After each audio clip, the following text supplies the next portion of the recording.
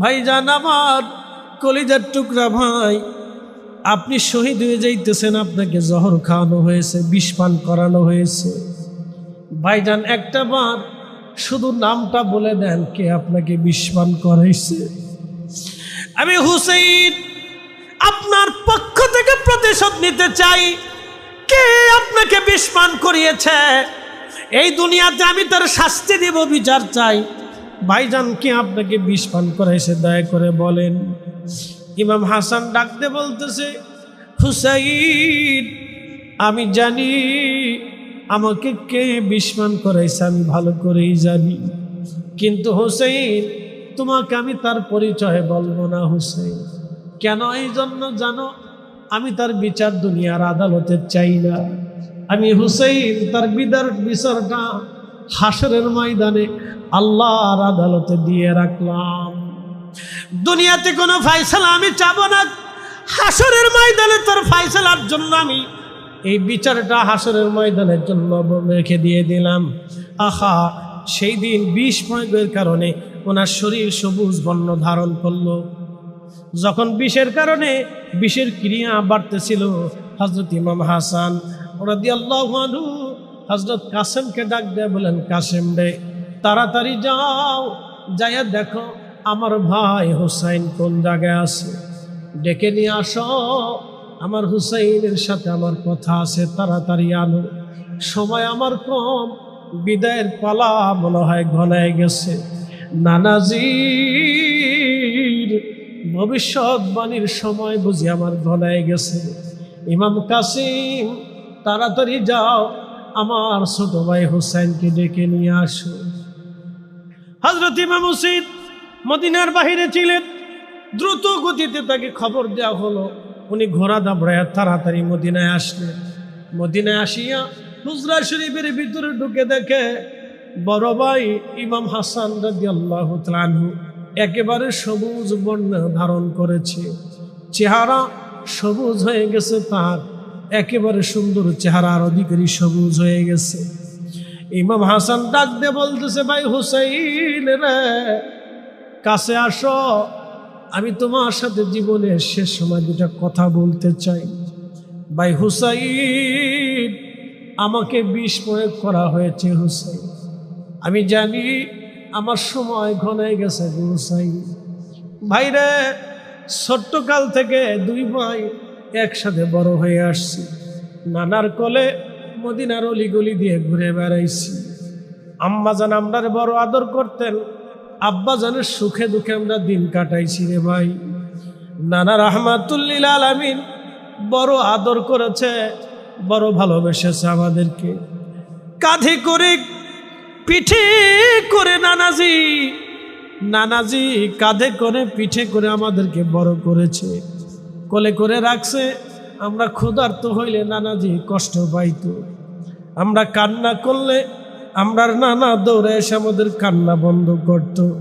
হুসাইন, আমারে বিষ প্রয়োগ করা হয়েছে, কিছু সময় পর আমি শাহাদাতের কোলে ঢলে পড়ব। আমি জানি হুসাইন রে, আমার মন চায় আমার নানাজি রওজা শরীফের পাশে যেন আমাকে দাফন করা হয়। কলিজার টুকরা ভাই রে আমার নানাজি রওজা শরীফের পাশে যেন আমাকে দাফন করা হয়।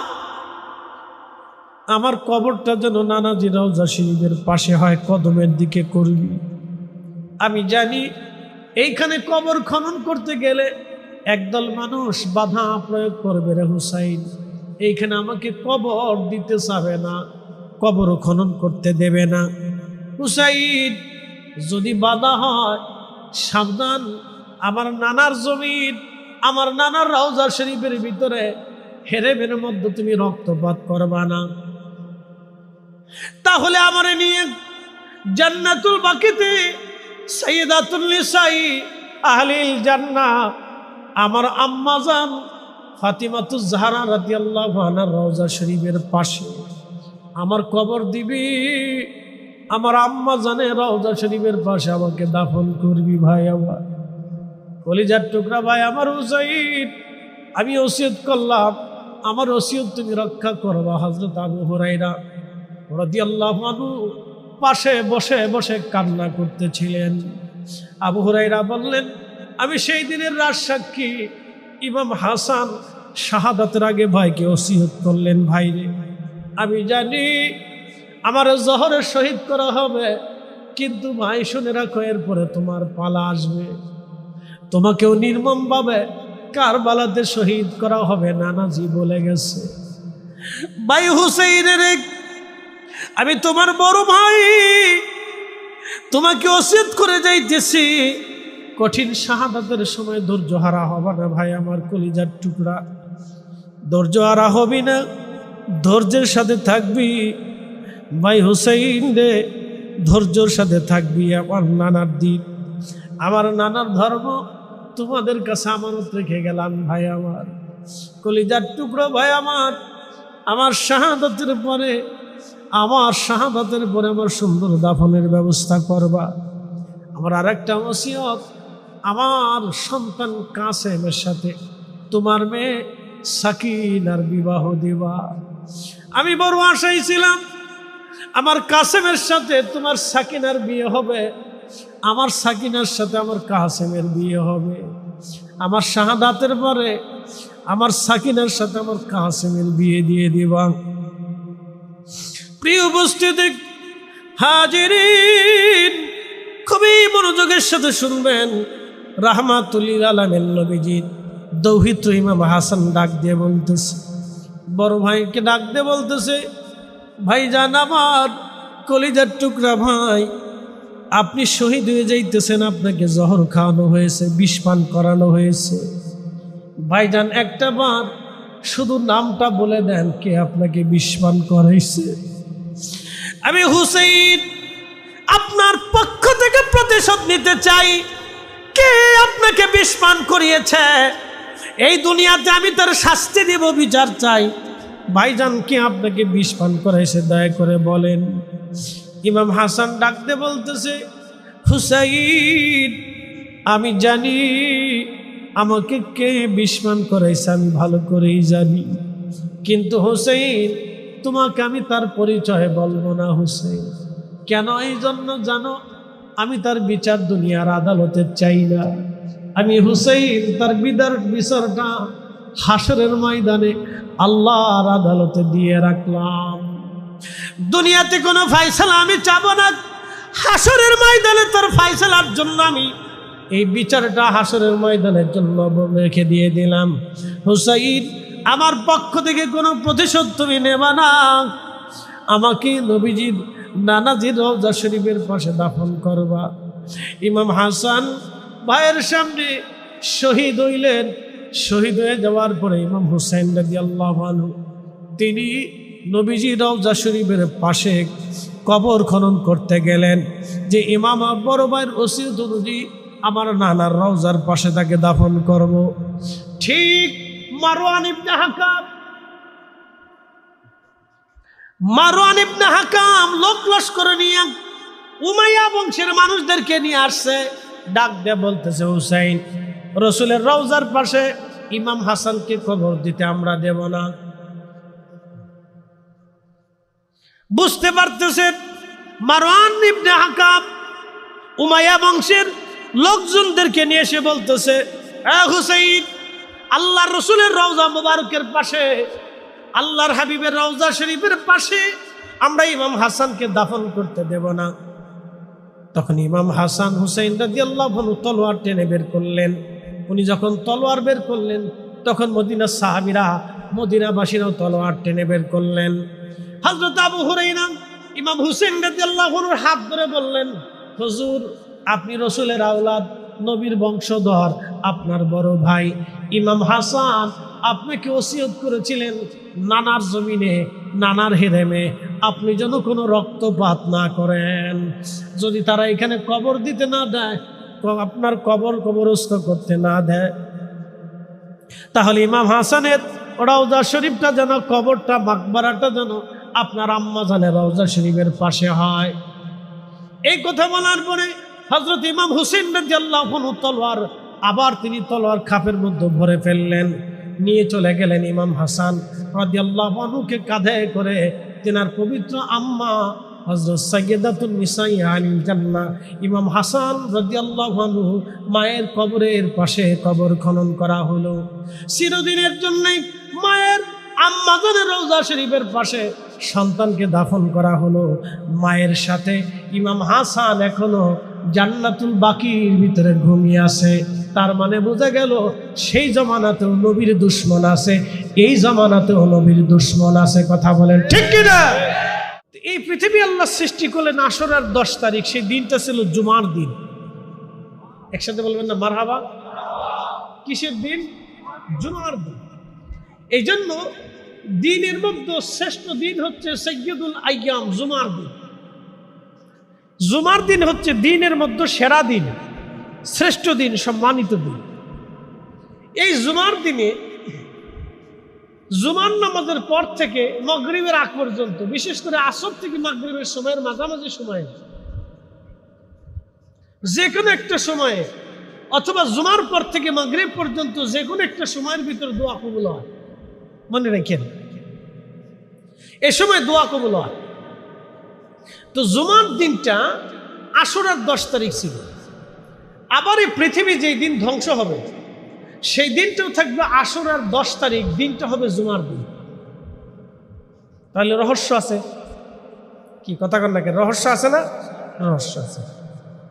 নূহ আলাইহিস সালাম মহাপ্লাবনের ভিতরে পড়লেন। 40 দিন পর্যন্ত আল্লাহ তাকে নৌকার ভিতরে করে কাবা শরীফের চারপাশে ঘুরাইতে লাগলেন। একসাথে কন না মারহাবা? কোন জায়গা? কাবা শরীফের চারপাশে নৌকা সহ আল্লাহ ঘুরাইতে লাগলেন। নৌকা আর অন্য কোথাও যায় নাই, কাবার চারপাশে ঘুরছে। 40 দিন পর্যন্ত ঘুরলেন। 40 রাত 40টা দিন পার হলো। নূহ আলাইহিস সালাম জুদ পর্বত অবতরণ করলেন, মাটিতে কদম রাখলেন। সেই দিনটা ছিল আশুরার 10 তারিখ। রহস্য আছে।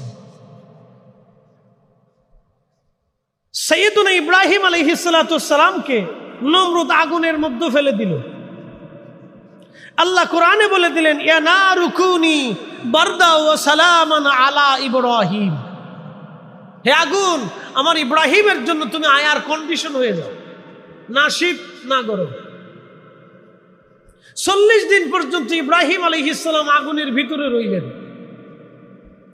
আগুনের ভিতরে থাকার পরে ইব্রাহিম আলাইহিস সালাতু ওয়াস সালাম যেই দিন আগুনের ভিতরে 40 দিন, অক্সিজেন, পানি, খাবার, ঘুম, আনন্দ, মনের আনন্দ সব কিছু আল্লাহ ইব্রাহিম আলাইহিস সালামকে আগুনের ভিতরে দিলেন।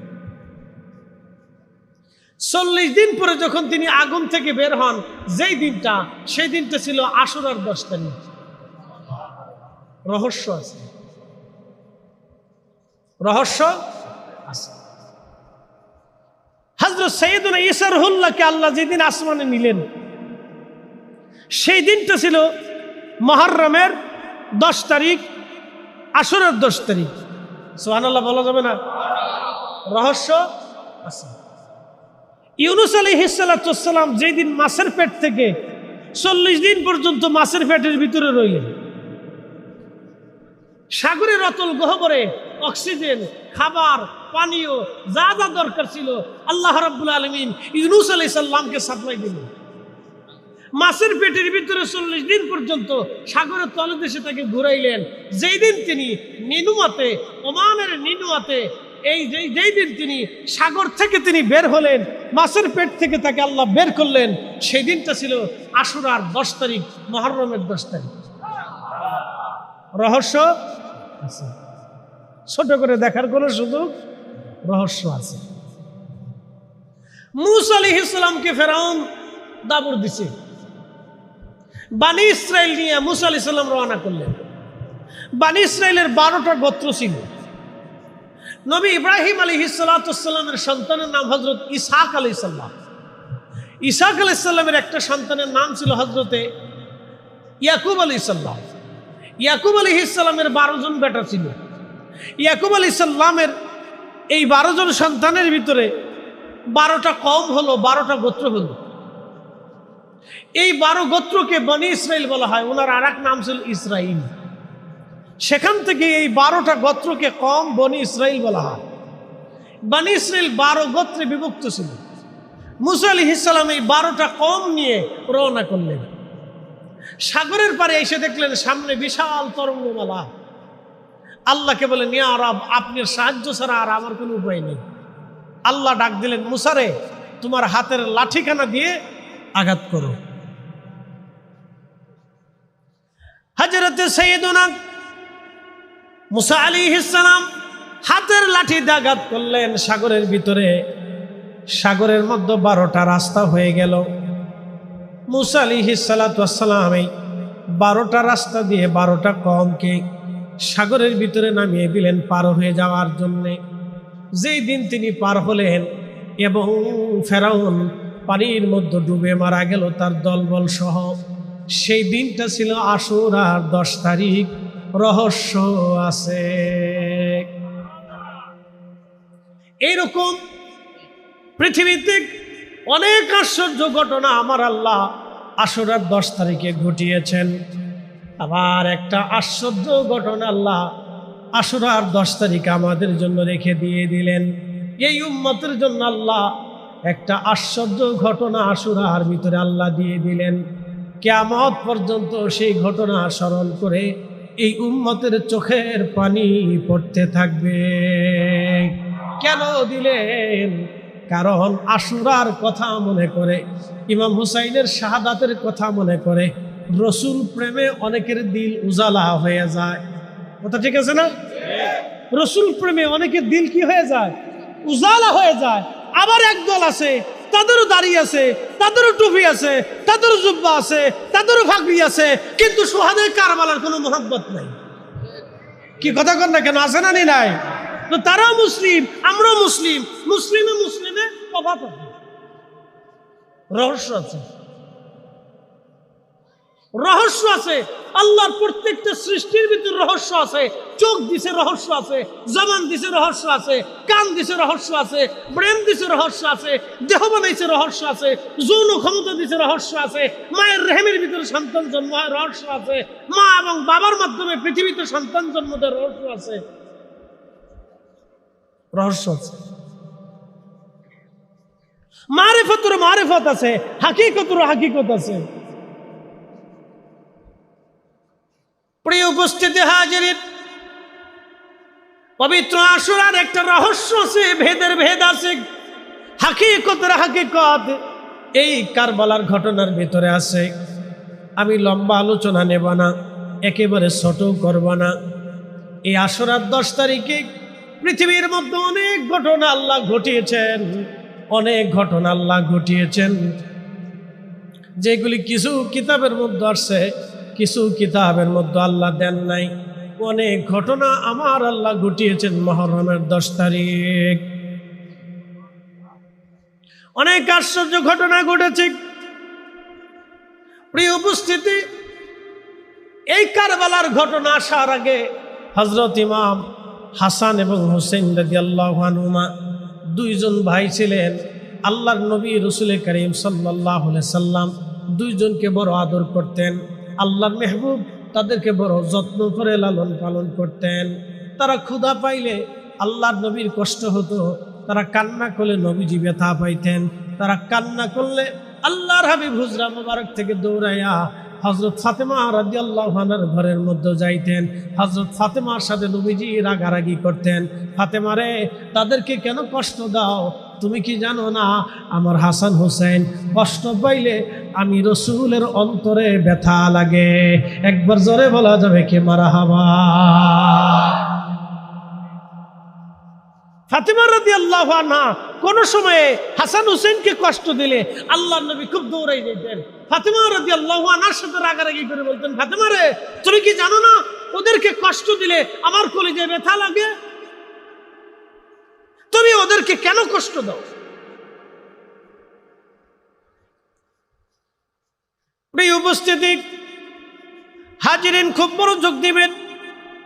আমি আজকে 2 জনের শাহাদাতের ঘটনা আজকে আপনাদের সামনে শোনাবো। প্রথম শাহাদাত হযরত ইমাম হাসান। আল হাসান ওয়াল হুসাইনু সাইয়্যিদা শাবাবিহালিল জান্নাহ, হাসান এবং হুসাইন দুইজন জান্নাতের যুবকদের সর্দার। আল্লাহর নবী বললেন, আল হাসান ওয়াল হুসাইন ইবনা, হাসান এবং হুসাইন আমার আওলাদ, আমার বংশধর। মান আহাব্বাহুমা ফাকাদ আহাব্বানি, তাদেরকে যারা ভালোবাসবে তারা আমি নবীকে ভালোবাসবে। ওমান আহাব্বানি আহাব্বাহুল্লাহ, যে আমাকে ভালোবাসবে সে আল্লাহকে ভালোবাসবে। ওমান আহাব্বাহুল্লাহু আদখালাহুল জান্নাহ, যে আল্লাহকে ভালোবাসবে আমার আল্লাহ তাকে জান্নাত দিয়ে দিবে। একবার জোরে বলা যাবে কি মারহাবা। সালাতুন ইয়া রাসূলুল্লাহ আলাইকুম সালামুন ইয়া আহা সালাতুন ইয়া রাসূলুল্লাহ আলাইকুম সালামুন ইয়া হাবিবাল্লাহ। প্রিয় পঠিয়াবাসী মনোযোগের সাথে শুনবেন। হযরত ইমাম হাসান হুসাইন রাসূলের আওলাদ, নবীজির বংশধর। আহা, তাদের মাধ্যমে আল্লাহ নবীর বংশ দুনিয়াতে আসছে। শুধু এইখানে শেষ না, হাসানি হুসাইনি রক্তের মাধ্যমে আল্লাহ রাব্বুল আলামিন পৃথিবীতে একটা সন্তান দুনিয়াতে পাঠাবে কিয়ামতের পূর্ব সময়ে। তার নাম হযরত ইমাম মাহদী আলাইহিস সালাতু ওয়াস সালাম। তার বাবার নাম আব্দুল্লাহ, তিনার নাম হবে মুহাম্মদ। 40 বছর পর্যন্ত মরুভূমির ভিতরে উট, দুম্বা, ভেড়া, ছাগল চরাবে। দুনিয়ার কোন মাদ্রাসা, কোন মক্তবে মাহদী আলাইহিস সালাতু ওয়াস সালাম কারো কাছে একটা অক্ষর পড়াশোনা করবে না। 40 বছর পর্যন্ত তিনি মরুভূমির ভিতরে উট, দুম্বা আল্লাহ তাকে চড়াবে। আমার নবীজি যেমন দুনিয়ায় কারো কাছ থেকে একটা অক্ষর শিখেন নাই, ইমাম মাহদীকে আমার আল্লাহ দুনিয়ায় কারো কাছ থেকে একটা বিদ্যা শিখাবেন না। 40 বছর পার হবে। 40 বছর পার হওয়ার পরে যেই দিন রাত আসবে, সেই দিন ইমাম মাহদী আলাইহিস সালামের কালবে আমার আল্লাহ একসাথে সমস্ত ইলম মাহদী আলাইহিস সালামের কালবে আমার আল্লাহ ঢেলে দিবেন। আল্লাহর নবী ডাক দিলেন, সাহাবীরা তোমরা শুনে রাখো, আমার হাসান আর হুসাইন দুইজনের রক্তের মাধ্যমে ইমাম মাহদীকে আল্লাহ দুনিয়াতে পাঠাবে। আমার রক্ত, আমার ফাতেমার রক্ত, আমার আলীর রক্ত, আমার হাসান হুসাইনের রক্তের মাধ্যমে ইমাম মাহদী দুনিয়াতে আসবে। আমি যেইভাবে আল্লাহর জমিনে, খুদার জমিনে খুদার দিন প্রতিষ্ঠিত করেছি, আমার মাহদী ওইভাবে তামাম দুনিয়াতে খুদার জমিনে খুদার দিন কায়েম করবে। একবার জোরে বলা যাবে কি আল্লাহু আকবার। রহস্য কথা কন না কেন? রহস্য রাসূল কারীমের রক্তের ভিতরেও, রক্ত মোবারকের ভিতরে রহস্য। হ্যাঁ, এত দামি রক্ত, খুব মূল্যবান রক্ত এটা। হাসানি হুসাইনি রক্তের ভিতরে রহস্য আছে, তাদের শাহাদাতের ভিতরে রহস্য আছে। তারা হলে অন্যদিনও তো শহীদ হতে পারতেন, আশুরায় শহীদ হবে কেন? কি কথা ঠিক আছে না? অন্যদিনও তো আল্লাহ শাহাদাত দিতে পারতেন, আশুরার 10 তারিখে কেন দিলেন? আবার দুনিয়া সৃষ্টি করলেন আশুরার 10 তারিখে, দুনিয়া ধ্বংস করবে আশুরার 10 তারিখে। মুসা নবীর সাথে আশুরার 10 তারিখ, ঈসা নবীর সাথে আশুরার 10 তারিখ, হযরত ইব্রাহিমের সাথে আশুরার 10 তারিখ, হযরতে নূহ নবীর সাথে আশুরার 10 তারিখ, পৃথিবীর বহু নবীর সাথে আশুরার 10 তারিখে রহস্যজনক ঘটনা ঘটলো। আবার ইমাম হোসেনের সাথে আশুরার 10 তারিখে রহস্যজনক ঘটনা হলো। রহস্য আছে, অবশ্যই আছে। প্রিয় উপস্থিতি, দুই ভাই হাসান আর হুসাইন, আল্লাহর হাবিব বহু বছর আগে বলেছিলেন আমার হাসান জহরে শহীদ হবে আর আমার হুসাইন কারবালায় শহীদ হবে। এই সুসংবাদ বহু বছর আগে নবীজি দিয়েছিলেন। যেমন উহুদ পাহাড়ে আল্লাহর হাবিব তশরিফ রেখেছেন, সাথে আবু বকর তশরিফ রেখেছেন, সাথে হযরতে ওমর তশরিফ রেখেছেন। এইভাবে আল্লাহর নবী তশরিফ রাখলেন। ঠিক এমন সময় উহুদ পাহাড় নড়াচড়া দিয়ে উঠল। আল্লাহর নবী পা দিয়ে মৃদু আঘাত করলেন আর বলেন, হে উহুদ থামো, তোমার উপরে আজকে জানো কত দামি ব্যক্তির আরোহণ করেছে। একজন নবী, একজন সিদ্দিক আর 2 জন শহীদ তার ভিতরে অন্যতম ছিলেন হযরতে ওমর এবং হযরতে উসমান, দুইজন হযরতে আল্লাহ হযরতে আবু বকর এবং আল্লাহর নবী, এই মোট চারজন উহুদ পাহাড়ে ছিলেন। আল্লাহর নবী ডাক দিলেন, উহুদ তুমি থামো, উহুদ তুমি স্থির হও, তুমি জানো তোমার উপরে কত দামি লোকেরা আরোহণ করেছে, একজন নবী, একজন সিদ্দিক, দুইজন শহীদ। একসাথে বলুন আল্লাহু আকবার। একজন নবী, একজন সিদ্দিক, দুইজন শহীদ। হযরত আবু বকর শহীদ হন নাই, তিনি সিদ্দিক ছিলেন। হযরত ওমর শহীদ হবেন, নবীজি উহুদে দাঁড়াই বললেন। হযরত উসমান শহীদ হবে, নবীজি উহুদে দাঁড়াই বললেন। হযরত ইমাম শহীদ হবে, নবীজি আগেই বলে দিলেন। হযরত ইমাম হুসাইন কারবালায় শহীদ হবে, আল্লাহর নবী আগেই বলে দিলেন। আস্তে হয়ে গেল না? জোরে বলেন। রহস্য আছে, রহস্য আছে। যদি ওনারা কারবালায় শহীদ না হইতেন তাহলে আজকের মাহফিল হইতো না। কি আসতে ঠিক কোন করে? জোরে বলেন।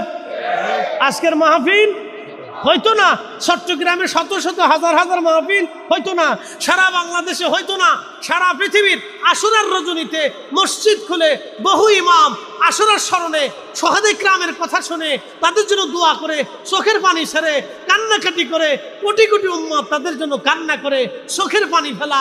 এই চোখের পানি কিয়ামতের ময়দানে তাদের জন্য নাজাতের জরিয়া হবে। কতক্ষণ ঠিক কিনা? রহস্য। আবার এই উম্মত ধ্বংস হয়ে যাবে। আল্লাহ রাসূল বললেন, হালাকাতু উম্মতি আলা ইয়াদি গিলমাতিন মিন কুরাইশ, রাবাহুল বুখারী।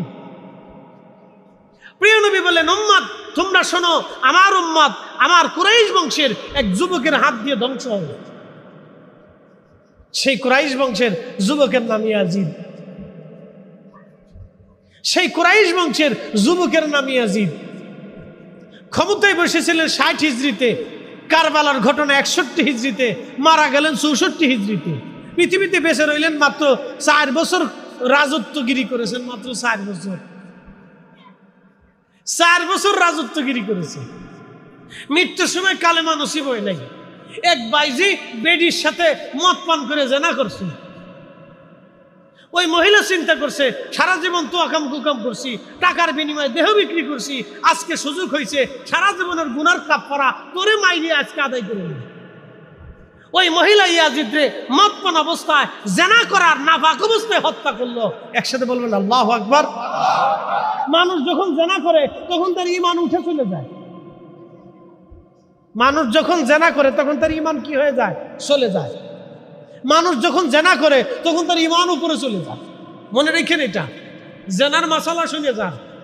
মানুষ যখন জেনা করে তখন তার ঈমান উপরে চলে যায়। তুই আজ জেনা করছে, ওর ঈমান চলে গেছে।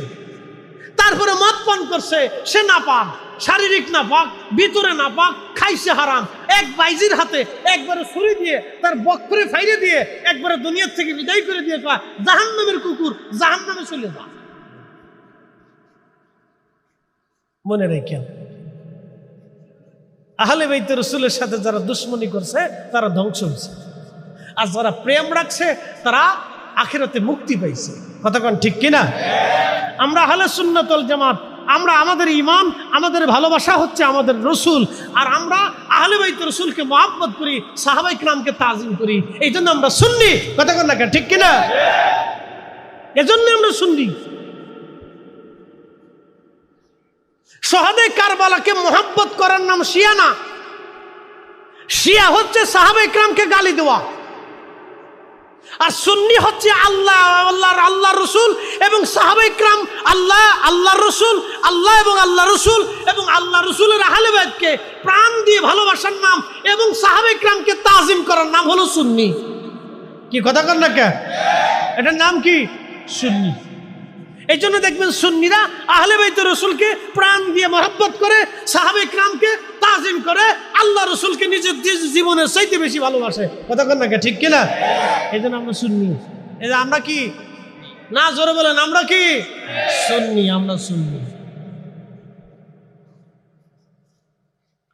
প্রিয় উপস্থিতি হাজিরিন, হাজরাতে ইমাম হাসান রাদিয়াল্লাহু তাআলা আনহু, অনেক লম্বা ইতিহাস। ইমাম হাসান রাদিয়াল্লাহু তাআলা আনহু, ওনার স্ত্রীর সাথে কন্ট্যাক্ট করলো, ইয়াজিদ যদি ইমাম হাসানকে বিষ প্রয়োগ করতে পারো।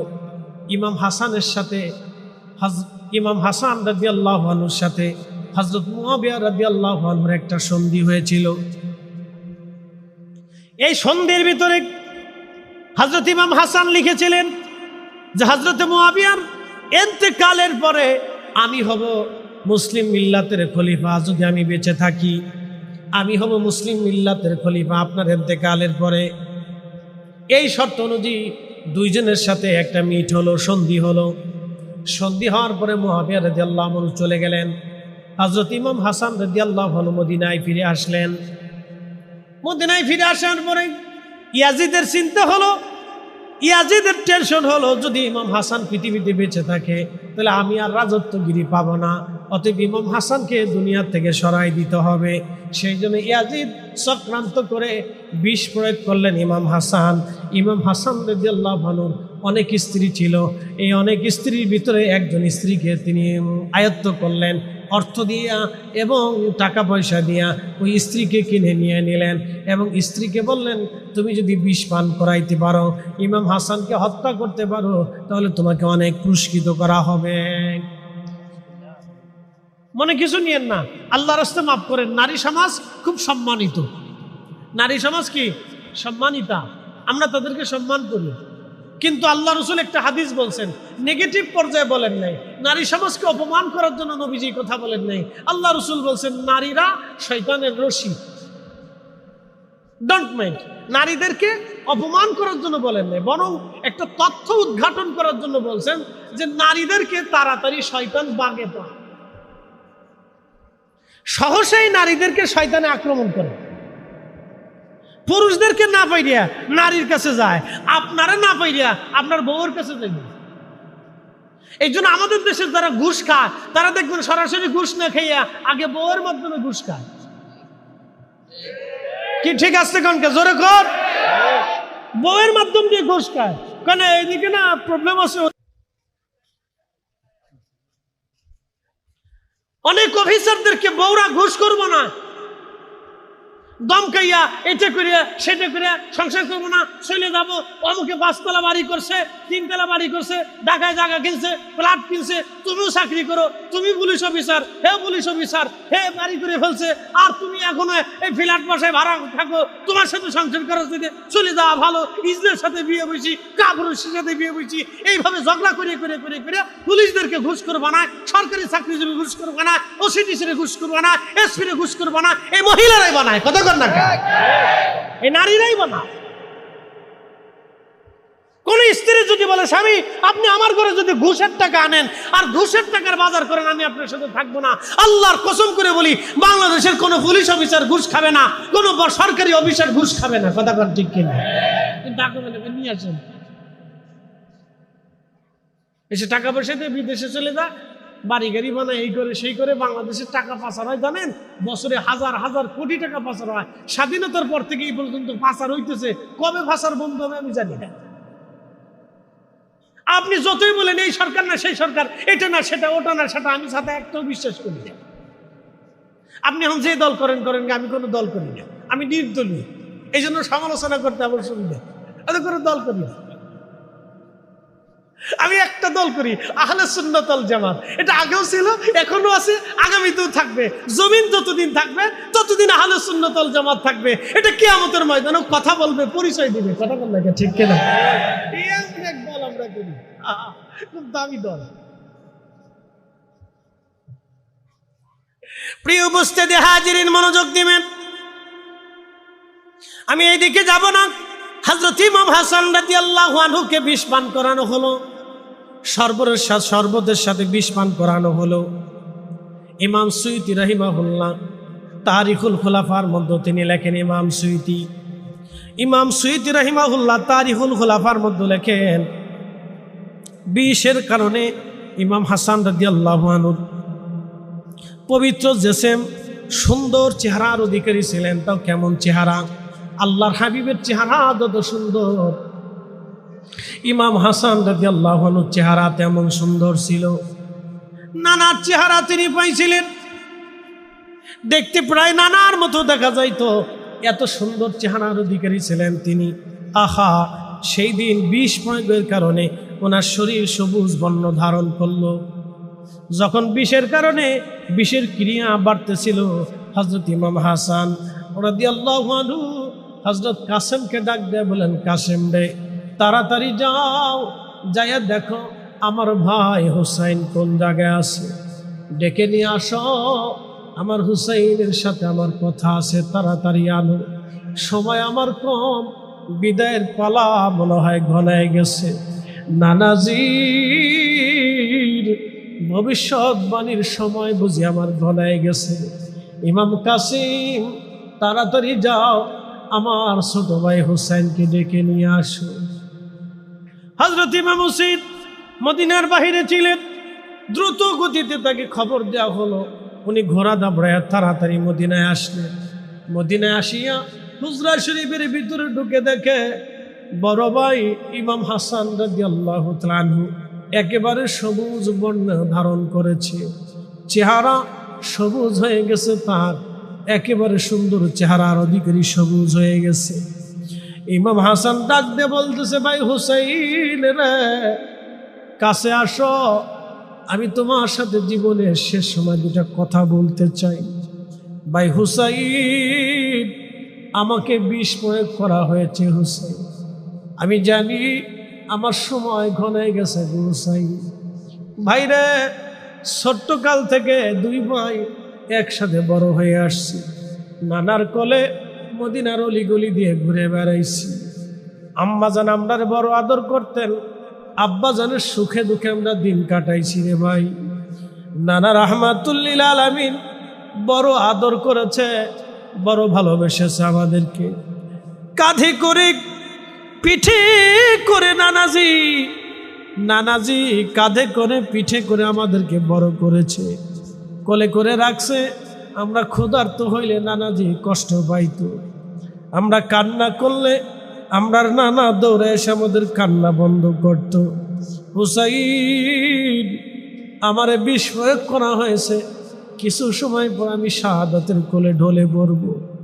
আমি জানি হুসাইন রে, আমার মন চায় আমার নানাজি রওজা শরীফের পাশে যেন আমাকে দাফন করা হয়। কলিজার টুকরা ভাই রে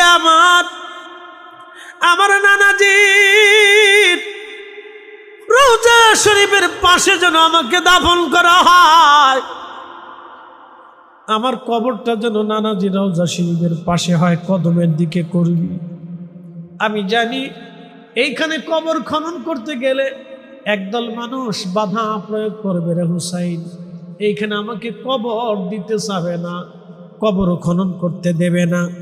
হুসাইন, যদি বাধা হয় সাবধান, আমার নানার জমিন, আমার নানার রওজা শরীফের ভিতরে হেরেমের মধ্যে তুমি রক্তপাত করবা না, তাহলে আমারে নিয়ে জান্নাতুল বাকিতে সাইয়্যিদাতুন নিসাই আহলিল জান্নাহ আমার আম্মাজান ফাতিমাতুজ জাহরা রাদিয়াল্লাহু আনহার রওজা শরীফের পাশে আমার কবর দিবি, আমার আম্মাজানের রওজা শরীফের পাশে আমাকে দাফন করবি। ভাই আমার কলিজার টুকরা ভাই আমার হুসাইন, আমি ওসিয়ত করলাম, আমার ওসিয়ত তুমি রক্ষা করবা। হযরত আবু হুরায়রা রাদিয়াল্লাহু আনহু পাশে বসে বসে কান্না করতেছিলেন।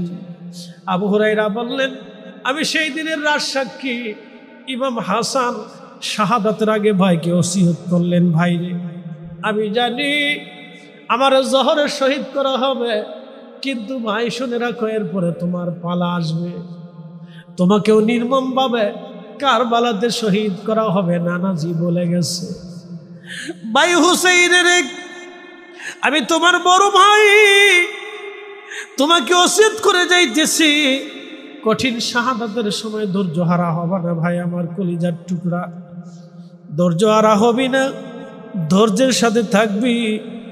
ভাই হুসাইন রে, ধৈর্যর সাথে থাকবি। আমার নানার দিন, আমার নানার ধর্ম তোমাদের কাছে আমানত রেখে গেলাম। ভাই আমার কলিজার টুকরো, ভাই আমার শাহাদাতের পরে আমার সুন্দর দাফনের ব্যবস্থা করবা। আমার আরেকটা ওসিয়ত, আমার সন্তান কাসেমের সাথে তোমার মেয়ে সাকিনার বিবাহ দিবা। আমি বড় আশায় ছিলাম আমার কাসেমের সাথে তোমার সাকিনার বিয়ে হবে, আমার সাকিনার সাথে আমার কাসেমের বিয়ে হবে। আমার শাহাদাতের পরে আমার সাকিনার সাথে আমার কাসেমের বিয়ে দিয়ে দিবা। প্রিয় উপস্থিতি হাজিরিন, খুবই মনোযোগের সাথে শুনবেন।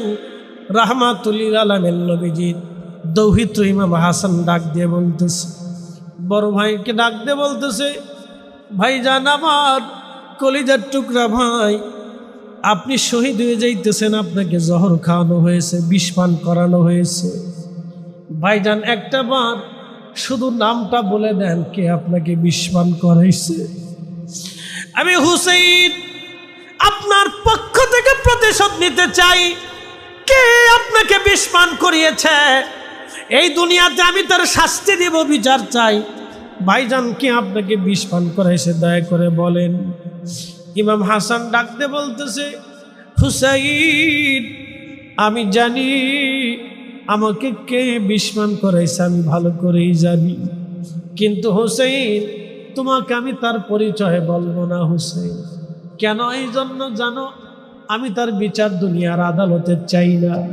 আমি হুসাইন তার বিচারটা হাসরের ময়দানে আল্লাহর আদালতে দিয়ে রাখলাম। দুনিয়াতে কোনো ফায়সালা আমি চাবো না, হাসরের ময়দানে তার ফায়সালার জন্য আমি এই বিচারটা হাসরের ময়দানের জন্য রেখে দিয়ে দিলাম। হুসাইন আমার পক্ষ থেকে কোনো প্রতিশোধ তুমি নেবা না। আমাকে নবীজির নানাজির রওজা শরীফের পাশে দাফন করবা। ইমাম হাসান ভাইয়ের সামনে শহীদ হইলেন। শহীদ হয়ে যাওয়ার পরে ইমাম হুসাইন রাদিয়াল্লাহু আনহু তিনি নবীজি রওজা শরীফের পাশে কবর খনন করতে গেলেন, যে ইমাম বড় ভাইয়ের ওসিয়ত অনুযায়ী আমার নানার রওজার পাশে তাকে দাফন করব। ঠিক মারওয়ান ইবনে হাকাম লোক লস্কর নিয়ে উমাইয়া বংশের মানুষদেরকে নিয়ে আসছে, ডাক দিয়ে বলতেছে, হুসাইন রসুলের রওজার পাশে ইমাম হাসানকে কবর দিতে আমরা দেব না। বুঝতে পারতেছে মারওয়ান ইবনে হাকাম উমাইয়া বংশের লোকজনদেরকে নিয়ে এসে বলতেছে, হুসাইন আল্লাহর রসুলের রওজা মুবারকের পাশে, আল্লাহর হাবিবের রওজা শরীফের পাশে আমরা ইমাম হাসানকে দাফন করতে দেব না। তখন ইমাম হাসান হুসাইন রাদিয়াল্লাহু আনহু তলোয়ার টেনে বের করলেন। উনি যখন তলোয়ার বের করলেন, তখন মদিনার সাহাবীরা, মদিনাবাসীরাও তলোয়ার টেনে বের করলেন।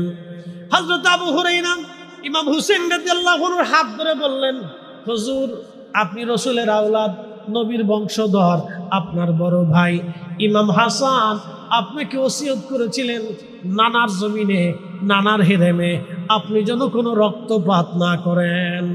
যদি তারা এখানে কবর দিতে না দেয়, আপনার কবরস্থ করতে না দেয়, তাহলে ইমাম হাসানের রওজা শরীফটা যেন, কবরটা, মাকবারাটা যেন আপনার আম্মা জানের রওজা শরীফের পাশে হয়। এই কথা বলার পরে হযরত ইমাম হুসাইন রাদিয়াল্লাহু আনহু তলোয়ার আবার তিনি তলোয়ার খাপের মধ্যে ভরে ফেললেন, নিয়ে চলে গেলেন ইমাম হাসান রাদিয়াল্লাহু আনহুকে কাঁধে করে তিনার পবিত্র আম্মা হযরত সাইয়্যিদাতুন নিসাই আলিল জান্নাহ ইমাম হাসান রাদিয়াল্লাহু আনহু মায়ের কবরের পাশে কবর খনন করা হলো। চিরদিনের জন্যই মায়ের আম্মা জানের রওজা শরীফের পাশে সন্তানকে দাফন করা হলো।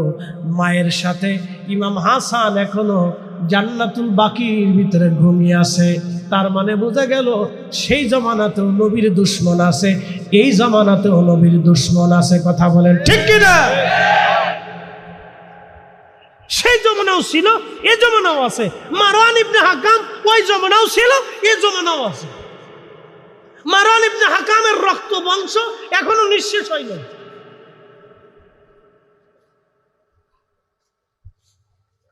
প্রিয় উপস্থিতি হাজিরিন,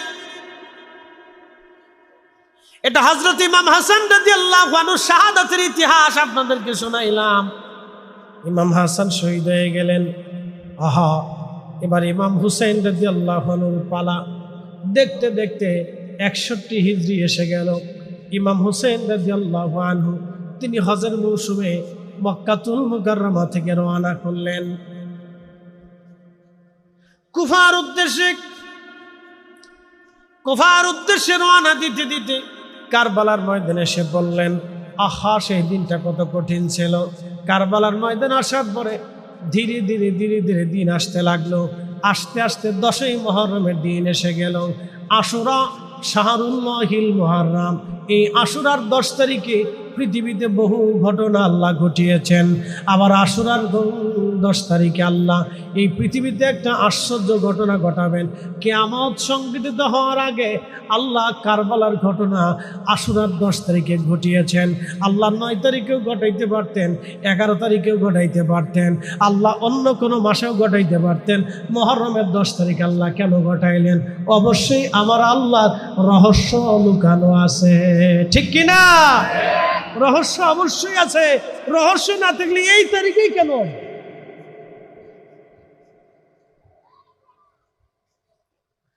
প্রিয় পটিয়াবাসী মনোযোগের সাথে শুনবেন। ইমাম হুসেন কারবালাতে আসলেন মুহররমের প্রায় প্রথমার্ধে তিনি কারবালাতে আসলেন। 7ই মুহররম থেকে ওনার পরিবারের জন্য পানি বন্ধ করে দেওয়া হলো। পৃথিবীতে 4টা নদী আল্লাহ জান্নাত থেকে প্রবাহিত হয়েছে। একটা নদীর নাম ফোরাত নদী, আর একটা নদীর নাম নীল নদী, আর একটা নদীর নাম আমু দরিয়া, আর একটা নদীর নাম এই মুহূর্তে আমি ভুলে গেছি। একটা নদী ফোরাত আর একটা নদী নীল নদী খোদার জান্নাত থেকে আসছে। একসাথে বলবেন না মারহাবা? না আমি বলি না, আল্লাহ রাসূল বলছেন, সহিহ বুখারীতে একসাথে 4টে নদী আল্লাহর বেহেশত থেকে আসছে। একটা ফোরাত নদী আর একটা নীল নদী। এই ফোরাত নদীকে কেন্দ্র করে পৃথিবীতে আরো ঘটনা ঘটবে। সহিহ বুখারীর কিতাবুল ফিতানের ভিতরে এই ফোরাত নদী নিয়ে রহস্য আছে। ফোরাত নদীর পানি একদিন শুকিয়ে যাবে। এই ফোরাত নদী দিয়ে স্বর্ণের পাহাড় ভেসে উঠবে। এই স্বর্ণ নিয়ে সারা পৃথিবীতে মারামারি হবে। পৃথিবীর প্রত্যেকটা গোত্র, প্রত্যেকটা পরিবার, প্রত্যেকটা মহল্লা, প্রত্যেকটা এলাকা, প্রত্যেকজন ব্যক্তি যুদ্ধে জড়িয়ে যাবে। প্রত্যেক 100 জনে 99 জন যুদ্ধে মারা যাবে। একজন মাত্র বেঁচে থাকবে। সেই দিনটা বড় ভয়াবহ যুদ্ধ হবে। সেই যুদ্ধ বিশ্বযুদ্ধ না, সেটাকে বলা হবে মহাযুদ্ধ। বিশ্বযুদ্ধ না, মহাযুদ্ধ হবে। যেই যুদ্ধে প্রত্যেকটা পরিবার, প্রত্যেকটা ঘর, প্রত্যেকটা ব্যক্তি যুদ্ধে জড়িয়ে যাবে। 100 জনে 99 জন মারা যাবে, একজন মাত্র বেঁচে থাকবে। তাহলে এই ফোরাত নদী নিয়ে রহস্য আছে। এই নদী নিয়ে রহস্য আছে। 3 দিন পর্যন্ত পানি বন্ধ করা হলো। এখন প্রশ্ন, ইমাম হুসেন যদি বলতেন, আল্লাহ ফোরাত নদী তুমি আমার দিকে প্রবাহিত করে দাও, আল্লাহ ফোরাত নদীর পথ পরিবর্তন করে ইমাম হুসেনের দিকে ঘুরাই দিতে পারতেন? পারতেন না? পানি দেন নাই, রহস্য আছে। একসাথে করেন আল্লাহু আকবার। না বলতেছি, জোরে বলেন আল্লাহু আকবার। চিৎকার মেরে বলেন ইয়া রাসূলুল্লাহ। রহস্য আছে বলতেছি। ইমাম হুসেন যদি বলতেন, আল্লাহ আপনি আকাশ থেকে বৃষ্টি দেন, আমার কলিজা তৃষ্ণায় একেবারে কাতর হয়ে গেছে, আল্লাহ বৃষ্টি দিয়ে দেন। আল্লাহ অসুর দ্বারায় আমরা না চাইতে 7 দিন বৃষ্টি দিতে দেয় নাই আল্লাহ। আল্লাহ না চাইতে ইমাম হুসেনকে বৃষ্টি দিয়ে কলিজা ঠান্ডা বানাইতে পারতেন। অথবা বেহেশত থেকে জিবরাইল দিয়ে হাউজে কাউসারের পানি আনাই দিতে পারতেন। অথবা জমজমের পানি ফেরেশতা দিয়ে আল্লাহ পাঠাই দিতে পারতেন। অথবা জমজমের পানি হযরতে নবী ইসমাইল আলাইহিস সালামের কদমের কাছে জমজমের পানি যেইভাবে প্রবাহিত হয়েছে, হযরতে খাজা রাসূল করিম আবু তালিবের কদমের নিচ থেকে যেইভাবে মরুভূমির ভিতরে পানি বের করেছে, ইমাম হুসেন রাদিয়াল্লাহু আনহুর পায়ের নিচ থেকে ওইরকম পানি বের করে আনতে পারতেন কি পারতেন না আল্লাহ? কিন্তু পানি দেন নাই। রহস্য আছে। বলে কারণ কি? উনি যদি সেই দিন পানি পান করতেন তাহলে আজকে আপনার চোখের পানি পড়তেন। কি কথা কন না কেন? যদি ওই দিন উনি পানি পান করতেন তাহলে আজকে আপনার চোখের পানি এক পানির অভাবে কোটি কোটি উম্মতের চোখের পানি ফেলাইয়া আল্লাহ পানি দিয়ে উম্মতরে বেহেশত পর্যন্ত নিয়ে যান। মনে রাখেন, রহস্য আছে। প্রিয় উপস্থিতি হাজিরিন, হাজরাতে ইমাম হুসেন রাদিয়াল্লাহু আনহু 7ই মুহররম থেকে কারবালায় পানি বন্ধ হয়ে গেল। 10ই মুহররম আসলেন। 10ই মুহররম আসার পরে তিনি সকালবেলা ফজরের নামাজ পড়লেন, সাথীদেরকে নিয়ে দোয়া করলেন, সবার থেকে বিদায় নিলেন। সবাইকে বললেন আপনজনদের কাছ থেকে বিদায় নাও। মা সন্তান মায়ের কাছে বিদায় নিলেন, মা বিদায় নিচ্ছি, আর কোনোদিন দেখা হবে না, খেদমত করতে পারলাম না। মা খুশি মনে বিদায় দিয়ে বললেন, বেটারে খুশি মনে বিদায় দিলাম, চলে যাও তুমি জিহাদের ময়দানে, তুমি চলে যাও। আব্দুল ওয়াহাব নামে একজন কারবালার ময়দানে শহীদ হয়েছিলেন। তিনি জানতেন না কারবালার ময়দানে ইমাম হুসাইন আসছে। মাত্র 17 দিন, কিছুদিন আগে আব্দুল ওয়াহাব বিয়ে শাদী করেছিলেন। আব্দুল ওয়াহাবের মা এসে বলতেছে, ওয়াহাব রে, তুই আমার একটা মাত্র কলিজার টুকরা সন্তান, আজকে 17 দিন হলো তুই বিয়ে করেছিস। সন্তান আমার, আমি শুনছি কারবালার ময়দানে নাকি আমার রসুলের আওলাদ হুসেইন বিপদগ্রস্ত। বেটারে এখনো কি স্ত্রী নিয়ে আনন্দ ফুর্তি করবা না কারবালায় যাবা? আমি মা তোকে বললাম, সন্তান রে, পৃথিবীতে মানুষ বিভিন্ন কারণে মানুষ মারা যায়, বেটারে জান্নাতে যাওয়ার এর চাইতে আর সুবর্ণ সুযোগ আর কোনোদিন তুমি পাবা না। চিৎকার মেরে জোরে বলেন না মারহাবা। আমি জানি প্রেমে পাগল সে তো মদিনা, আমি জানি প্রেমে পাগল সে তো মদিনা। ওরে প্রেমানলে পুরে মরি, প্রেমানলে পুরে মরি, ওহে রব্বানা। আমি জানি প্রেমে পাগল সে তো মদিনা। সালাতুল ইয়া রাসূলুল্লাহ,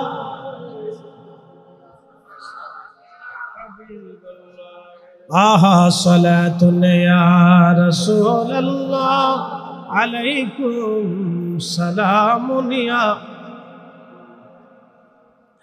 হযরতে ওয়াহাব রাহিমাহুল্লাহকে মা ডাক দিয়েছে, বেটারে জান্নাতে যাওয়ার এর চাইতে সুযোগ আর কোনোদিন পাবি না। ছেলেরে আমি মা তোকে বিদায় দিলাম, আমি মা বিদায় দিলাম, বেটারে জান্নাতে যাওয়ার এর চাইতে আর সুযোগ হবে না রে বেটা, তাড়াতাড়ি যা।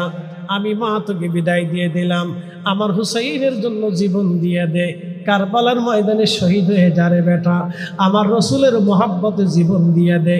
ছেলেরে এর চাইতে সুবর্ণ সুযোগ আর কখনো আসবে না। ছেলে তলোয়ার নিলেন, যুদ্ধের পোশাক পরে পড়লেন, যুদ্ধের পোশাক পরে বিবির সামনে যে দাঁড়াইলেন, তখন স্ত্রীর হাতের মেহেদি এখনো শেষ হয় নাই। বিবির হাতের মেহেদি হাতের মধ্যে তখনও লাগা। ডাক দিয়ে বলতেছেন, বিবিরে তোমার কাছ থেকে বিদায় নিতে আসছি। আমি শুনছি কারবালার ময়দানে আমার রসুলের আউলাদ ইমাম হুসাইন নাকি বিপদগ্রস্ত হয়ে গেছে, ইয়াজিদের সৈন্যরা নাকি তাকে ঘিরে ধরেছে, শহীদ করার জন্য বলে তারা আসছে। আমি শুনছি বিবিরে, এর চাইতে সুবর্ণ সুযোগ জান্নাতে যাওয়ার আর কোনো সুযোগ নাই রে বিবি। দুনিয়াতে কোনোদিন তোমার সাথে আর দেখা হবে না স্ত্রী আমার, যদি সম্ভব হয় হাসরের ময়দানে হয়তো দেখা হতে পারে। বিবি বিবিরে মাত্র 17 দিন তোমাকে শাদী করে নিয়ে আসছি, সংসার করতে চেয়েছিলাম কিন্তু আর হলো না, আমার কি তুমি বিদায় দিবা? স্ত্রী আমার, আমার হকগুলি তুমি ক্ষমা করে দাও, তোমার হক আমি আদায় করতে পারি নাই।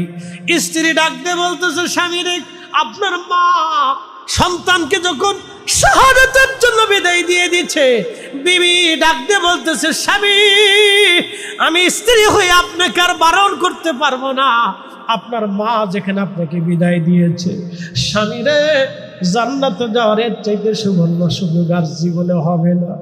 আপনি চলে যান, আমি বিদায় দিয়ে দিলাম। আপনার প্রতি আমার কোনো অভিযোগ আর অনুযোগ নাই। স্বামীরা আমার মাফ করে দিয়েন। স্ত্রী হিসেবে স্বামীর খেদমত হয়তো আদায় করতে পারি নাই, দুনিয়াতে আর কোনোদিন হয়তো দেখা হবে না, হাসরের ময়দানে আপনার সাথে আমার দেখা হবে। স্বামী আমার, বিদায় দিলাম, চলে যা, জান্নাতে যাওয়ার এর চাইতে সুন্দর সুযোগ নাই। আব্দুল ওয়াহাব তিনি চলে এসে ইমাম হুসেন রাদিয়াল্লাহু আনহুর পক্ষে কারবালার ময়দানে জিহাদ করেছিলেন। বহু কাফেরকে জাহান্নামে পাঠাইয়া নিজেও শহীদ হয়েছিলেন। তিনি শাহাদাতের মমিন সুধা তিনি পান করেছিলেন। একবার জোরে বলা যাবে কে মারহাবা।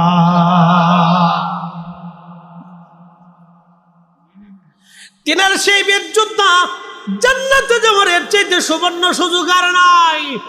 বেটারে, মায়ের কথা দেখেন, মা একটা কথা দিয়ে বোঝাইলো, ছেলে আমার জান্নাতে যাওয়ার এর চাইতে বড় সুযোগ আর নাই। জান্নাতে যাওয়ার এর চাইতে বড় সুযোগ আর নাই রে ছেলে আমার, তাড়াতাড়ি যা, জান্নাতে যদি যাইতে চাস কারবালায় চলে যা, ইমাম হুসাইনের পক্ষে দুশমনের বিরুদ্ধে লড়াই করে শহীদ হয়ে যা বেটা, আমি মা তোকে বিদায় দিয়ে দিলাম।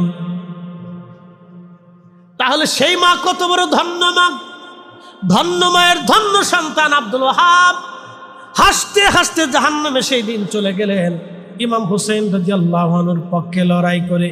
সেই দিন শুধু আব্দুল ওয়াহাব না, এরকম বহু জনে শহীদ হইয়া আল্লাহর জান্নাত সেই দিন তারা কিনে নিয়েছিলেন। সেদিন শুধু আব্দুল ওয়াহাব না, আরো বহু জনে খুদার জান্নাত নিয়েছিলেন। আর একজনের জান্নাত নিয়েছিলেন, তার নাম হযরত আব্বাস সালামদার রাদিয়াল্লাহু আনহু। আব্বাস সালামদার রাদিয়াল্লাহু তাআলা আনহু তিনি পতাকাবাহী প্রধান সেনাপতি ছিলেন। পতাকা হাতে করে ইমাম হুসেন রাদিয়াল্লাহু আনহুর সামনে দাঁড়িয়ে গেলেন। দাঁড়াইয়া পতাকা দিয়ে বললেন, ভাইজান আপনার পতাকা আপনাকে ফেরত দিয়ে দিলাম, নানা রাহমাতুল লিল আলামিনের পতাকা আপনাকে দিয়ে দিলাম, আমাকে বিদায় দেন। হযরতে জয়নুলের কান্নার আওয়াজ আসলে আমার কলিজায় বিধে, হযরতে আলী আসগরের কান্নার আওয়াজ আসলে আমার কলিজায় বিধে, সাকিনার কান্নার আওয়াজ আমার কলিজায় ব্যথা লাগে, জয়নবের কান্নার আওয়াজ আমার কলিজায় ব্যথা লাগে। আমার শাহাদাতের চাইতে কঠিন যন্ত্রণা হচ্ছে এদের কান্নার আওয়াজ, আমাকে বিদায় দেন। আমি ফোরাত থেকে পানি আনার জন্য যাইতেছি। মশক একটা হাতে নিয়ে ফোরাত নদীর সামনে যায় দেখলেন হাজার হাজার সৈন্যরা ব্যারিকেড দিয়ে দাঁড়িয়ে আছে। জিজ্ঞেস করলেন, হে ইয়াজিদের সৈন্যরা, তোমরা মুসলমান না তোমরা খ্রিস্টান? ওরা জবাব দিল, আমরা মুসলমান। তো মুসলমান যদি হও, ইমাম হুসেইনের পরিবার আজকে পানির তৃষ্ণায় কাতর, কলিজা তাদের শুকায় গেছে। ছোট্ট শিশু আলী আসগরের কান্না, ছোট্ট শিশুর কান্নার আওয়াজ আসলে আমার কলিজায় বিধে, হযরত জয়নুল আবেদিনের কান্নার আওয়াজ আসলে আমার কলিজার মধ্যে বিধে, নবীবারের পরিবারের কান্নার আওয়াজ আমার কলিজার মধ্যে বিধে আসে। তোমরা যদি মুসলমান দাবি করো, তাহলে যেই নবীর কারণে মুসলমানিত্ব পাইছো, ওই নবীর আওলাদের জন্য ফোরাত নদী থেকে এক মশক পানি তোমরা দিয়ে যাও। সেই দিন তাদের মায়া লাগে নাই, ডাক দিয়ে বলতেছে, আব্বাস সালামদার, জীবন নিয়ে যদি ফিরে যেতে চাস, জীবন নিয়ে চলে যেতে পারিস, তোকে আমরা সুযোগ দিয়ে দিলাম, তুই চলে যা। আর যদি পানি নিতে আসিস, তাহলে অবশ্যই মৃত্যুবরণ করতে হবে। আব্বাসে আর একটা কথা শুনে রাখ, ফোরাত নদীর এক ফোঁটা পানি ইমাম পরিবারের জন্য কোনো বরাদ্দ নাই। আব্বাস সালামদার বললেন, বুঝতে পেরেছি, এখন তাহলে তলোয়ার ছাড়া আর কোনো ফয়সালা হবে না। হযরত আব্বাস সালামদার যুদ্ধ শুরু করলেন। বুঝতেই পারতেছেন, হাজার হাজার সৈন্যদের ব্যারিকেড ভেঙে একা লড়াই করতে করতে, তলোয়ার চালাইতে চালাইতে কাফেরদের বেঈমানদের ভিড়ের মধ্যে যাইয়া বেঈমানদেরকে জাহান্নামে পাঠাইয়া ব্যারিকেড ভেঙে ফেলে দিয়ে এই বীর মুজাহিদ তিনি যুদ্ধের ময়দানে ফোরাত নদীর মধ্যে ঝাঁপিয়ে পড়লেন। ফোরাত নদীর মধ্যে ঝাঁপিয়ে পড়ে তিনার যে মশক ছিল, এই মশক খানা ভরে তিনি পানি ভরলেন। পানি ভরার পরে দুই হাতের আজলা ভরে, দুই হাতের তালুদয় ভরে আজলা ভরে পানি উঠাইলেন, পানি পান করবেন। ঠিক এমন সময় পানি যখন মুখের সামনে আনলেন, পানি পান করবেন, কলিজার মধ্যে তৃষ্ণা, হাতের মধ্যে পানি। আশেকে রাসূল আব্বা সালামদার হাতের মধ্যে পানি, কলিজার মধ্যে তৃষ্ণা। সেই সময় আব্বা সালামদারের মনের ভিতরে উদয় হয়ে গেল, আহা, আমার হুসাইন পানির তৃষ্ণা নিয়ে কারবালার ময়দানে দাঁড়াই রয়েছে। আমার আলী আসগর পানির জন্য কান্না করে, আমার জয়নুল পানির জন্য কান্না করে, আমার ইমাম কাসেম শহীদ হয়ে গেছে, বেঈমানরা তাকে পানি দেয় নাই। আমার আলী আকবর শহীদ, বেঈমানরা পানি দেয় নাই। আব্দুল ওহাব শহীদ, বেঈমানরা পানি দেয় নাই। আমার আওম শহীদ, বেঈমানরা পানি দেয় নাই। আমার হুর শহীদ, বেঈমানরা পানি দেয় নাই। আমার আত্মীয়রা শহীদ, বেঈমানরা পানি দেয় নাই। আমার সাথীরা শহীদ, বেঈমানরা পানি দেয় নাই। আমার রসুল পরিবারের জয়নব, নবীজির রক্ত, নবীজির নাতনি, আমার জয়নব পানির জন্য তৃষ্ণা শুকিয়ে গেছে, জিহ্বা শুকিয়ে গেছে, বেঈমানরা এখনো পানি দেয় নাই। আমি আব্বা সালামদার একা একা ফোরাত নদীর পানি পান করব না, হয় না। আমার রসুল পরিবারকে পানি পান না করাইয়া আমি আব্বা সালামদার আজ পানি পান করব না। আমি আব্বা সালামদার আজ পানি পান করব না। আমার রসুল পরিবারকে পানি পান না করাইয়া আমি আব্বা সালামদার আজ পানি পান করব না। হে রসুল, তোমায় ভালোবাসি,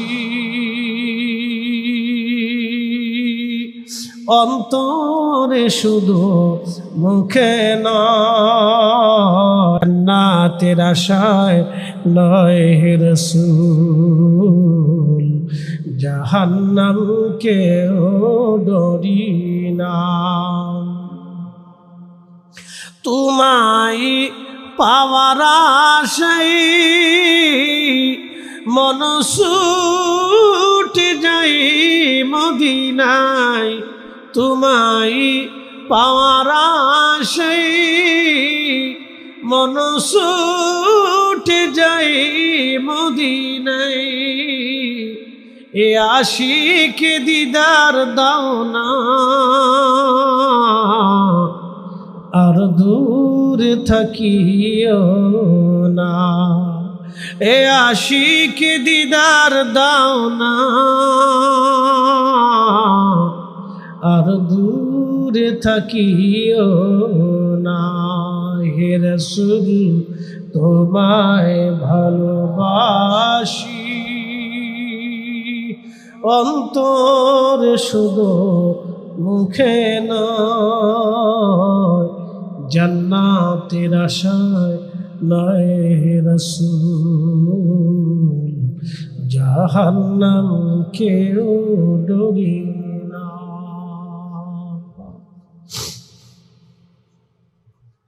পানি ছেড়ে দিয়ে আব্বা সালামদার ঘোড়ার পিঠের উপর সাওয়ার হইয়া ইমাম শিবিরের দিকে তিনি রওনা করলেন। পানি আসবে আজ, মশক ভরা পানি, ডান হাতের মধ্যে ফিতা ঝুলাইলেন। তলোয়ার দিয়ে যুদ্ধ চলতেছিল, একা একা লড়াই করতেছিলেন এই বীর মুজাহিদ। ইয়াজিদ বাহিনী থেকে ঘোষণা আসলো, শুনছো ইয়াজিদি সৈন্যরা, এই পানির মশক যাতে ইমাম পরিবারে না পৌঁছায়, যদি এই পানি ইমাম হুসাইনের তাবুর মধ্যে পৌঁছায় তাহলে তোমরা একজনও কুফা নগরে ফেরত যেতে পারবা না।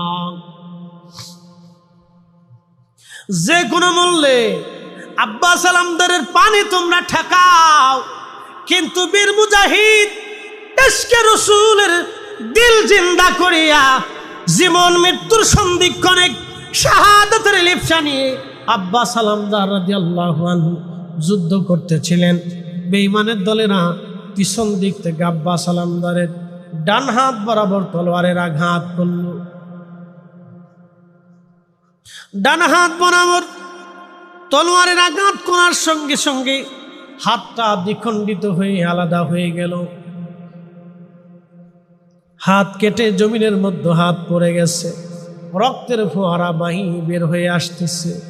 আহা, প্রচণ্ড রক্ত বেয়ে বেয়ে, প্রচণ্ড রক্তগুলি বেয়ে বেয়ে একেবারে ভেয়ে ভেয়ে পড়তেছে। পানির মশকখানা হযরত আব্বাস সালামদার বাম হাত দিয়ে চেপে ধরলেন। বাম হাতের মধ্যে পানির মশকের ফিতা ঝুলাইলেন। এক হাত নাই, মাত্র একটা হাত দিয়ে তিনি জিহাদ করতেছিলেন, তলোয়ার তিনি চালাইতেছিলেন। বেঈমানের দলের কিছু সময় পরে পিছন দিক থেকে তার বাম হাতের উপরে আঘাত করলো। বাম হাতটা কেটে আলাদা হয়ে জমিনের মধ্যে পড়ে গেল। পানির মশকখানাও জমিনের মধ্যে পড়ে গেল। আশেকে রসুল, এশকে রসুল কি জিনিস ভালো করে দেখেন। দুইটা হাত আব্বাস সালামদারের হাত নাই, রক্তের ফোয়ারা চলতেছে, দুই হাত বেয়ে বেয়ে রক্ত পড়তেছিল। হযরত আব্বাস সালামদার ওই অবস্থায় ঘোড়ার উপর থেকে লাফিয়ে নিচে পড়লেন। পানির মশক কামড় দিয়ে তিনি চেপে ধরলেন। হাত তো নাই, কি করে পানির মশক ধরবে? পানির মশক কামড় দিয়ে চাপ দিয়ে ধরলেন। পানির মশকখানা নিয়ে আব্বাস সালামদার দৌড়ায় দৌড়ায় যাইতেছে। বেঈমানের দলে না বেশি দূরে আব্বাস সালামদারকে যেতে দেয় নাই। তীর বর্ষার আঘাত করে আব্বাস সালামদারকে জমিনের মধ্যে ফেলে দিল। জমিনের মধ্যে যখন আব্বাস সালামদার পড়ে গেলেন, আহা আব্বাস সালামদার রাদিয়াল্লাহু আনহুকে ওই জমিনের ভিতরে তীর আর বর্ষার আঘাত করে করে নির্মমভাবে তাকে হত্যা করা হলো, শহীদ করা হলো। শহীদ হয়ে গেলেন আব্বাস সালামদার। ওই পানির মশকগুলি তারা বর্ষা দিয়ে খুশিয়ে খুশিয়ে পানির মশকখানা ফুটে করে সমস্ত পানিগুলি কারবালার ময়দানে ধুলাবালির মধ্যে পানি ফেলে দিল। পানিগুলি মাটি শুষে নিয়ে চলে গেল। ইমাম হোসেন দূরে দাঁড়ায়া দাঁড়ায়া দেখতেছিলেন আব্বাস সালামদারের শাহাদাত। আব্বাস সালামদার জীবনের শেষ সময় প্রমাণ করে দিয়ে গেছে, ওগো ইমাম হুসাইন, আমি পানি পান করি নাই, তোমাদেরকে বিহীন আমি পানি পান করি নাই, আমি আসগর বিহীন পানি পান করি নাই, জয়নুল আবেদিন বিহীন আমি আব্বাস সালামদার পানি পান করি নাই, আমি ইমাম কাসেম আলী একবার বিহীন আমি একা একা স্বার্থপরের মতো পানি পান করি নাই, আমি রসুল প্রেমে নবীর বংশধরদেরকে বাঁচাইতে যাইয়া এই কারবালায় আমার হাত দিছি, আমার জীবন দিছি। ইয়া রাসূলুল্লাহ, আমি প্রমাণ করছি আপনাকে ভালোবাসি। ইয়া রাসূলুল্লাহ, আমি আব্বাস সালামদার আপনাকে ভালোবাসি। হযরত ইমাম হোসেন আসলেন, খণ্ডিত দেহ, বিচ্ছিন্ন হাত, হাত পাগুলি গুছিয়ে গুছিয়ে নিয়ে কোলের ভিতরে করে আব্বাস সালামদারকে নিয়ে ইমাম হোসেন শহীদদের কাতারের মধ্যে তাকে শোয়ায় রাখলেন। শহীদদের কাতার বাড়ি হয়ে গেল। ঠিক আজও আব্বাস সালামদার রাদিয়াল্লাহু আনহুর পবিত্র মাজার থেকে পানি বের হয়ে আসে। ওনার মাজারে গ্রানাইট পাথর দিয়ে মাজার ঘেরা, একেবারে টাইলস করা, পাথর দিয়ে টাইলস করা। ওই পাথরের ভিতর থেকে ঘামের মতো পানি বের হয়ে আসে, পানিগুলি জমা হয়ে আসে। অটোমেটিক পানি আসতে থেকে কোথা থেকে পানি আসে কেউ জানে না। সেই দিন তিনি পানির জন্য শহীদ হয়েছিলেন। আমার আল্লাহ প্রমাণ করে দিলেন শহীদরা মরে না, ঠিক কিনা? শহীদরা মরে না, শহীদরা মরে না। রহস্য তো অবশ্যই আছে, কেন তিনি 10 তারিখে শহীদ হলেন? রহস্য অবশ্যই আছে। যদি তিনি 10 তারিখে শহীদ না হতেন তাহলে মুসলমানদের হৃদয়ে এমন আঘাত আসতো না, কলিজা ছিঁড়া কান্না আসতো না। সোহাদায়ে কারবালা স্মরণ করে মুসলমান চোখের পানি ফেলে ফেলে কাঁদতো না। এই কান্না কিয়ামতের ময়দানে আমাদেরকে আল্লাহর হাবিবের কদমে মোবারকে জায়গা করে দিবে। শুনছেন পটিয়াবাসী, এইভাবে ধীরে ধীরে সবাই শহীদ হয়ে গেল। আলী আসগর শহীদ, সবাই শহীদ। ইমাম হোসেন রাদিয়াল্লাহু আনহু তিনার বিদায়ের পালা এসে গেল। তলোয়ার হাতে নিলেন, বাবার দেওয়া জুলফিকার তলোয়ার হাতে নিলেন। সৈয়দুশ শুহাদা হযরত আমির হামজা রাদিয়াল্লাহু তাআলা আনহুর বর্ণটা গায়ে দিলেন। আল্লাহর হাবিবের দেওয়া সবুজ পাগড়িখানা মাথার উপরে বাঁধলেন। সবুজ পাগড়ি মাথায় বেঁধে আহা হযরত জয়নব রাদিয়াল্লাহু আনহাকে কাছে ডাকলেন। জয়নবকে ডেকে বললেন, বোন জয়নব রে, বিদায় নিচ্ছি, দুনিয়াতে আর কোনোদিন তোমাদের সাথে আমার দেখা হবে না। জয়নব রে বোন আমার, দুইটা ওসিয়ত আমি তোমার জন্য রেখে যাচ্ছি। এক নাম্বার ওসিয়ত বোন আমার, আমি আমার জয়নুল আবিদিনকে উম্মতের জন্য রেখে গেলাম, নানার উম্মতের জন্য। আমার বোন জয়নব রে শুনে রাখ, আমার জয়নুল আবিদিনকে নানার উম্মতের জন্য রেখে যাইতেছি। সন্তানের মতো আদর করবি, কষ্ট দিবি না বোন আমার।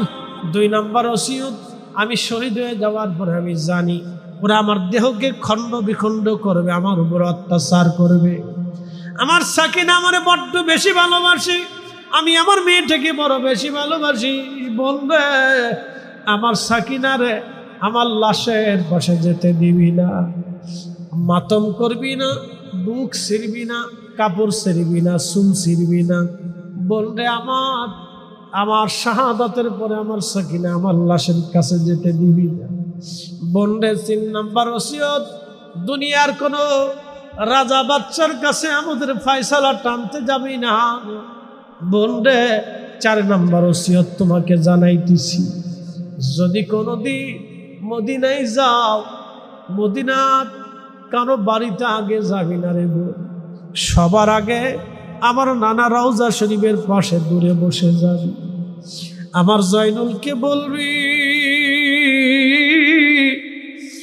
আমরা 3 দিন ক্ষুধার্ত ছিলাম, 3 দিন আমাদের পানি বন্ধ ছিল, আমার চোখের সামনে সন্তানদেরকে শহীদ করেছিল। আমি আমার আলী আসগরকে পানিবিহীন শহীদ করেছিল, আমার আলী আকবরকে পানিবিহীন শহীদ করেছিল, আমার কাসেমকে পানিবিহীন শহীদ করেছিল, আমার আত্মীয় স্বজন আমার শুভাকাঙ্ক্ষীদেরকে পানিবিহীন শহীদ করেছিল। তোমাদের কষ্টের কথাগুলি আমার নানা রাহমাতুল লিল আলামিনের রওজা মুবারকের পাশে দাঁড়ায়া দাঁড়ায়া আমার জয়নুলকে বলতে বলবি, আখেরি সালাম লন ওহে নানা জান, আপনার হুসাইন যায় কারবালার ময়দান গো নানা, কারবালার ময়দান। কারবালার ময়দানে যাইয়া দিব গলা কাটাইয়া, কারবালার ময়দানে যাইয়া দিব গলা কাটাইয়া, আর নায়া শিব ফিরে নানা, আর নায়া শিব ফিরে মদিনা মুকাম, আপনার হুসাইন যায় কারবালার ময়দান। আখেরি সালাম লন, আখেরি সালাম লন ওহে নানা জান।